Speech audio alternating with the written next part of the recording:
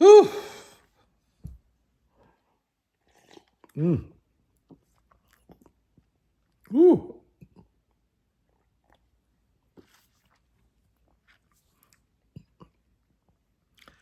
Guys, Chelsea, y'all can't keep doing this to me. Y'all guys can't. I don't know how much more of this heart can you take. But you guys can't keep doing this to your boy. This is your Chelsea Godfather reporting back to duty after Chelsea managed to miraculously win 4-3 against Manchester United at the Bridge. And it's, it's what it is. It's a miracle, guys. Half of Stamford Bridge left, and they missed out on the game of the season. Woo! Guys, man, before I continue, please show your boy some love. Subscribe, hit that subscribe button. Show me some love and help me get up to 1,000 subs so I can get a couple dollars from YouTube and see if they're gonna help me grow this channel so we can get out of the depths of mid-table and rise to the top where we need to be. Guys, this game had started in a dream fashion. For Chelsea, we were off of flying. Captain Gallagher scored, had a nice strike. I believe in the 4th minute, we went under the arms of Onana. 1-0. I will be honest with y'all. I did not even rejoice. I didn't even get off my seat, and you guys know why. We Chelsea fans know. We know that it's going to be a long day. So at 1-0, I'm just happy that at least we got something on the board. But you and I know that we're not going to be keeping a clean sheet. So the game proceeds. And I believe around the 17th minute or so, Cucurella, I think, was pulled down in the box by Dalot. It's probably the same Dalot. No, it wasn't Dalot. I think it's Anthony tried to win the ball from him, but from a bad angle. And what he got was knee on knee. PK to the spot, no questions. You all already know. Cole Palmer jumped right in, slammed it to the far, I believe, the far left side, like his and Onana's left. And Onana and everybody's waiting for the Panenka, but you guys already know that the Panenka only happens once a year, and you've already seen it. If you missed it, you missed it. 2-0, Chelsea's off and running, and it's going to be 3 points in the bag, right? Wrong. Guys, that's when the real drama actually had started. Had this been back in the day under Jose with Makalele, JT, Ricky Carvalho, Essien, Drogba, Lampard. I mean, at 2-0, it's game over. Start getting ready for the next game. But no, this is not that version of Chelsea is long gone. This is a whole brand new Chelsea. And we already know if there's one thing that we've been good at the last 6 games is giving up 2 goals to the other team. And of course, today's game was no different. Because what we proceeded to do was to just throw the game away. First, Caicedo with an amateurish square pass. Amateurish. I don't know what he was trying to do. I know what he's trying to do, but it was ill-advised. As a defensive midfielder or a player playing in a defensive midfield role, you don't make that. You do not make that pass. You don't make that pass. You have to have your head on a swivel. And you know where everybody is. And if you're going to make the pass, it has to be on the money. His pass wasn't on, it was an ill-advised pass, and the pass was not on the money. It was, picked off, and a few, seconds later, what's his name? Their 100 million pound striker that's been a bit of a flop. Scored their goal and made it 2-1. All right, guys, it's 2-1. There's no need to panic, right? Wrong, wrong. This group of Chelsea inexperienced players, once anything goes wrong with these players, the whole plan goes out the window. Everybody loses. The whole ship is gone. They begin to panic. They can't pass straight anymore.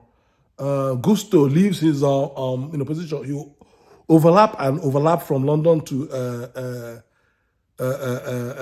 Everton, and he won't come back.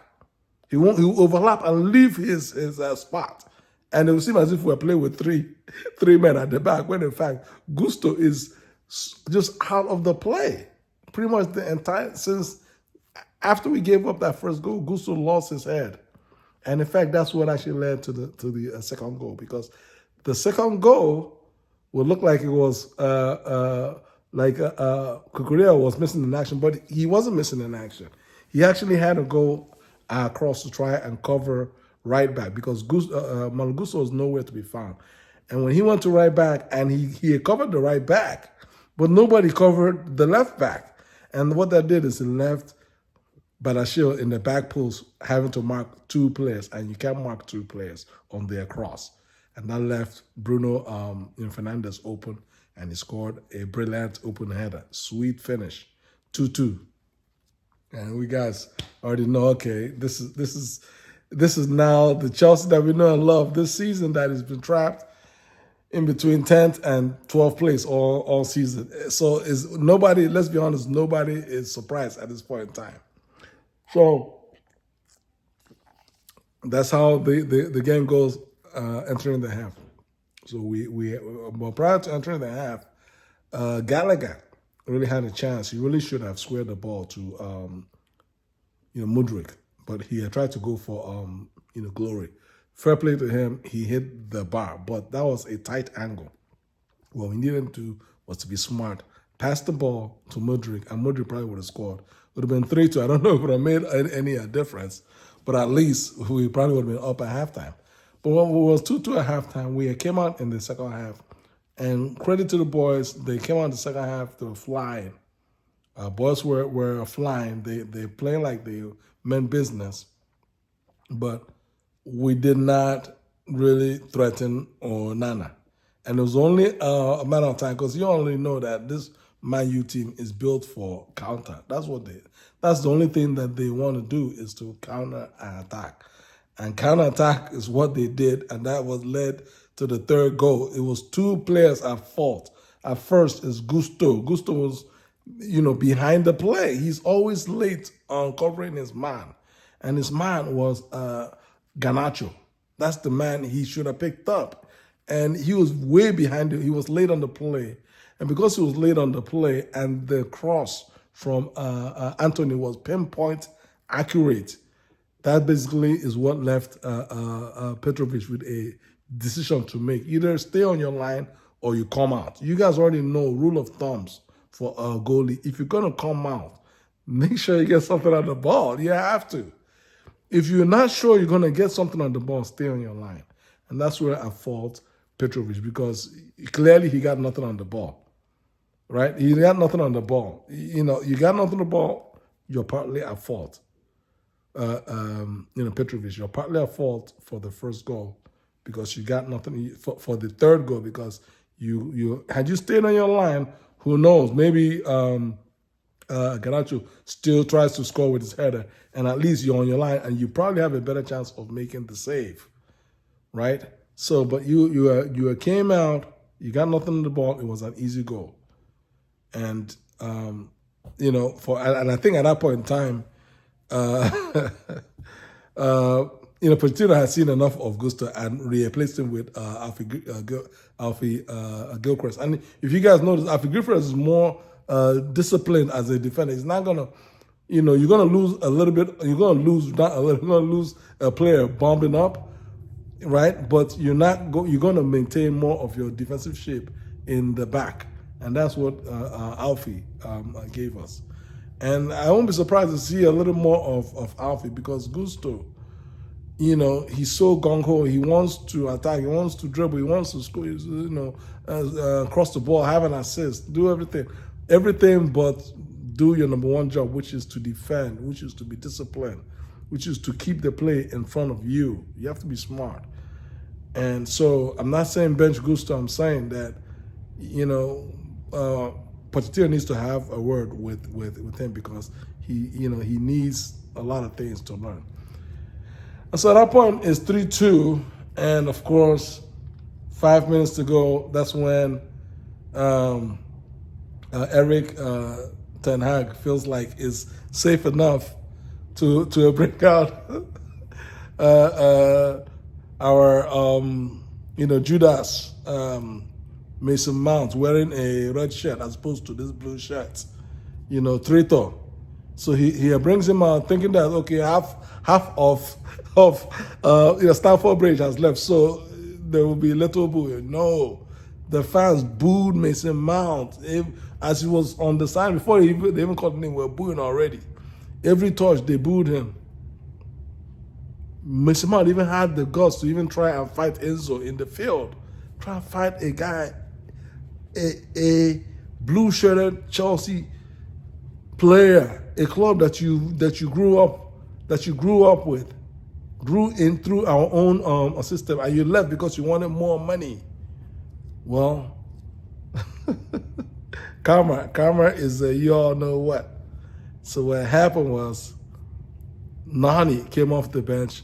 Chukwuemeka came off the bench, and they made a difference. Nani won the PK. There was touch there.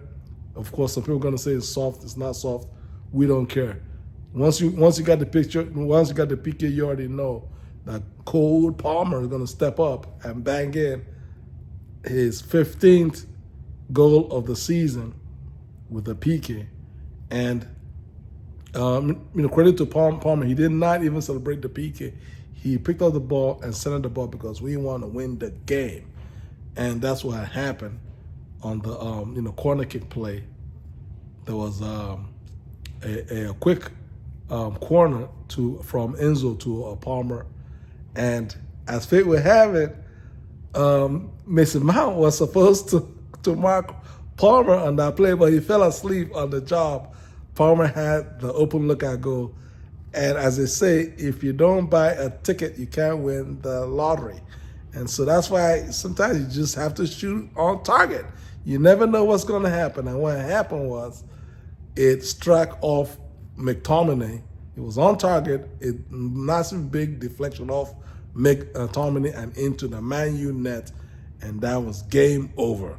And that's how you basically jailbreak and steal 3 points complete when everybody thought that you were dead and buried, even half of your own fans.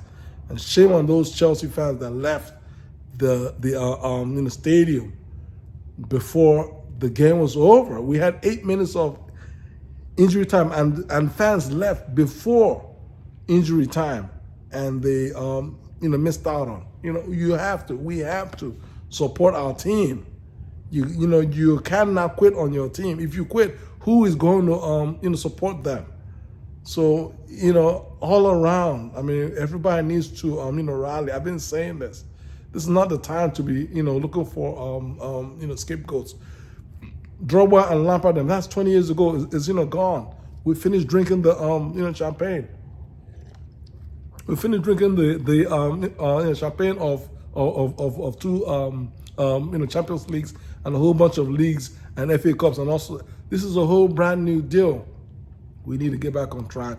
We need to get with their program. We need to support these guys. Yes, there's a lot of room for improvement. Pochettino needs to make subs earlier. These boys need to grow up and become more mentally strong. There's a lot that needs to be done. But guys, this is where it's going to be up and down, up and down. But as it is right now, we're in 10th place. We are 5 points behind Man U. Man U is in 6th place. With 5 points, we have one game in hand. And what I'm saying is, if we can beat our next 2 games, I know I'm getting ahead of myself, it's a fair chance that we can find ourselves from 10th to 6th place. Guys, What do y'all feel? Have I lost my mind? Is this too much for me to handle? Leave your comments below. Like this video, share this video, and subscribe to my channel. Take care. God bless you all. Peace out.